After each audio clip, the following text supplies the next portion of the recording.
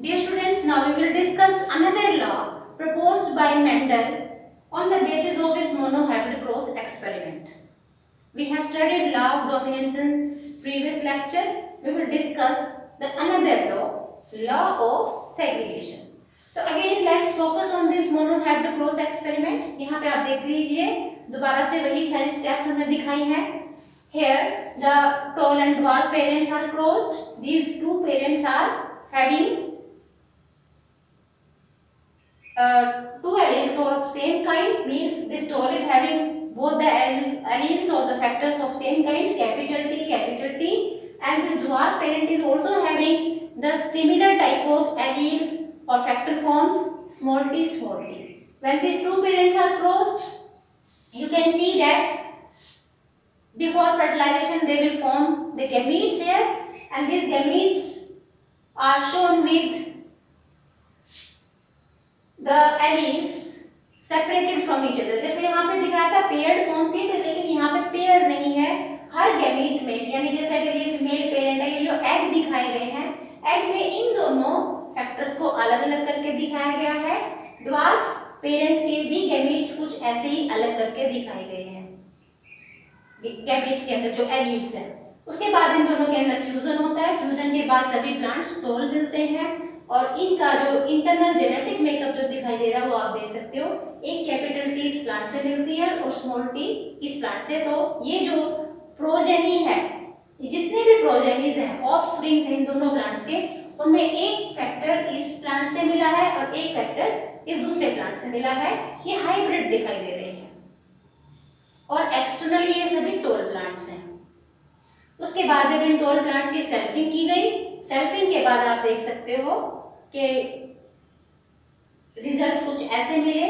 Phenotype ratio tall and dwarf 3:1 की उनको जो टॉल करेक्टर था that was 75% progeny were having tall character and 25% were dwarf plant. ये monohybrid cross है जिनकी स्टेप्स हम पहले भी पढ़ चुके हैं. अब इसके बेसिस पे मेंडल ने एक और लॉ प्रपोज किया था, वो था लॉ ऑफ सेग्रीगेशन. उसका जो सबसे पहला पोस्टुलेट है वो ये, alleles do not show any blending and both characters are recovered in F2 generation. जब F1 जनरेशन में उन्हें सभी प्लांट्स टॉल मिले थे, तो कुछ ऐसा इमेजिन किया गया था कि ड्वार्फ कैरेक्टर जो इन पेरेंट्स का इस जनरेशन में आना चाहिए था, क्योंकि सेक्सुअल रिप्रोडक्शन है. सेक्सुअल रिप्रोडक्शन दोनों पेरेंट्स से कैरेक्टरिस्टिक फीचर्स उनकी प्रोजेनी में पास हो जाते हैं. लेकिन यहाँ पर तो सभी टॉल प्लांट्स मिले थे. तो इस ऑब्जर्वेशन पे, F1 जनरेशन के ऑब्जर्वेशन के पे शायद उनको ये लगा कि ये कैरेक्टर कहीं पर गुम हो गया है. तो लेकिन जब सेल्फिंग करवाई गई, सेल्फ पोलिनेशन करवाया गया, तो ये कैरेक्टर रिकवर हुआ, दोबारा से सामने आता है.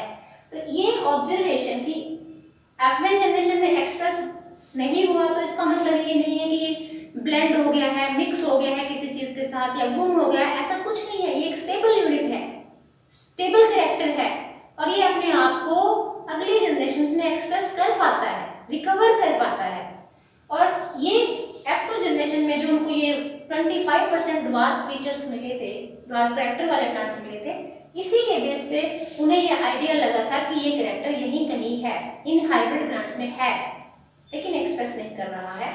तो पहला पोस्टुलेट क्या रहा, alleles do not show blending. या तो ब्लेंडिंग नहीं होती एलील्स के बीच में कि ड्वार्फ और टॉल कैरेक्टर कहीं मिक्स हो गए हैं. There is no blending in between the alleles and characters are recovered in the F2 generation. वो जो कैरेक्टर आपको F1 जनरेशन में नहीं दिखता, वो नेक्स्ट जनरेशन में रिकवर हो जाता है, जैसे यहाँ पे हमें रिकवरी दिखाई दे रही है. सेकंड पोस्टुलेट, फैक्टर्स और alleles segregate during gamete formation. अब देखिए, जब हम पेरेंट्स से शुरू करते हैं तो हम हमेशा फैक्टर्स को या उनकी एलील्स को पेयर्स में दिखाते हैं. तो कैपिटल टी अगर एक बार लिखा है तो इसके साथ हमें एक और इसकी फॉर्म दिखानी होती है. कैपिटल टी, स्मॉल टी आपने पेयर में लिखा है. लेकिन जब गैमीट्स बनते हैं तो हम क्या कर रहे हैं, हम इन दोनों एलील्स को अलग कर देते हैं. तो ये सेकंड पोस्टुलेट मेंडल का रहा. उन्होंने कहा कि paired form is present in the parents, but the gamete formation during gamete formation, this allelic forms, which the alleles which are in paired form, they will segregate, and in each gamete only one type of allele will be there. जैसे आप देख रहे हैं यहाँ पे दो egg हैं, तो दोनों में एक एक ही एलील दिखाई गई है, मतलब गैमीट्स में पेयर्ड फॉर्म नहीं होती है. During gamete formation the alleles segregate from each other, separate from each other. Okay, ये इनका सेकंड पोस्टुलेट रहा.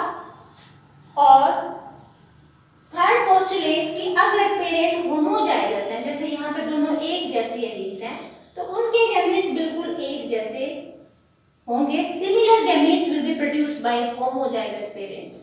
यहाँ पर सिमिलर गैमेट्स का मतलब क्या है कि जिस कैरेक्टर को आप स्टडी कर रहे हो, जिस कैरेक्टर के लिए आपने एलील्स लिखी हैं, जैसे यहाँ पे हाइट के लिए लिखी हैं, अगर ये दोनों एलील्स एक जैसी हैं, ये पेरेंट होमोजाइगस है, तो इसके जो गैमेट्स बनेंगे उस कैरेक्टर के लिए होमोजाइगस होंगे. जैसे यहाँ पर सभी एग्स के अंदर कैपिटल टी रखा गया है, ऐसे ही यहाँ पर मेल गैमेट्स में स्मॉल टी, सारे मेल गैमेट्स के पास स्मॉल टी ही है. तो homozygous parents produce similar type of gametes. लेकिन आप यहाँ देखिएगा, अब इस पेरेंट की अगर बात करें, ये वाला, यहाँ पे इसके पास दो अलग अलग तरह के फैक्टर्स हैं. Dissimilar factors are present in this hybrid plant. एक कैपिटल टी लिखा गया, एक स्मॉल टी लिखा गया. तो इसके गैमेट्स को ध्यान से देखिएगा. जब ये गैमेट्स बनाता है तो एक गैमेट में कैपिटल टी जा रहा है, दूसरे गैमेट में स्मॉल टी जा रहा है. सेग्रीगेशन वाला रूल अप्लाई यहाँ पे भी होता है, यहाँ पे भी होता है.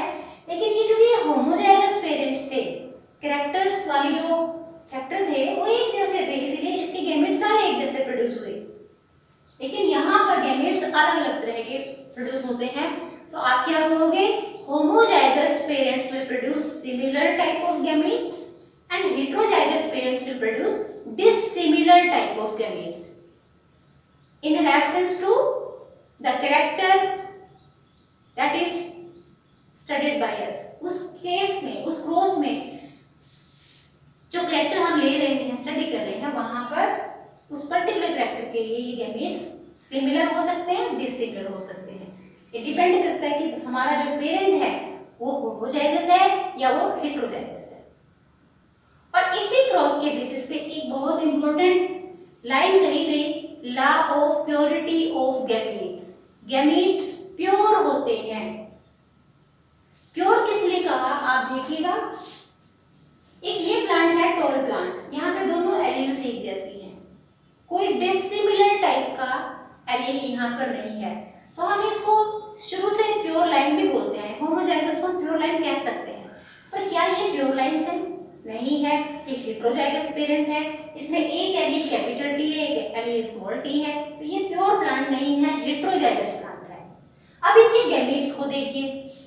इसके जो गैमेट्स हैं कैपिटल टी, यहाँ पे से गैमेट्स देखिए कैपिटल टी, स्मॉल टी. तो क्या आप गैमेट्स के लिए अप्लाई कर सकते हैं होमोजाइगस या हेटेरोजाइगस? क्या आप इन वर्ड्स को यूज कर सकते हैं? आप नहीं कर सकते, क्योंकि गैमेट्स में सिर्फ एक ही टाइप की एलील होती है. गैमेट्स हमेशा प्योर ही होते हैं. गैमेट्स में सिर्फ एक टाइप की एलील जाएगी. पेरेंट्स में पेयर होता है, इसलिए हम कह सकते हैं कि एलील एक जैसी हैं या नहीं है. लेकिन the gametes are always pure for a character. किसी एक गैमेट में एक पर्टिकुलर फैक्टर ही जाएगा, चाहे वो स्मॉल टी जा रहा है, चाहे कैपिटल टी जा रहा है.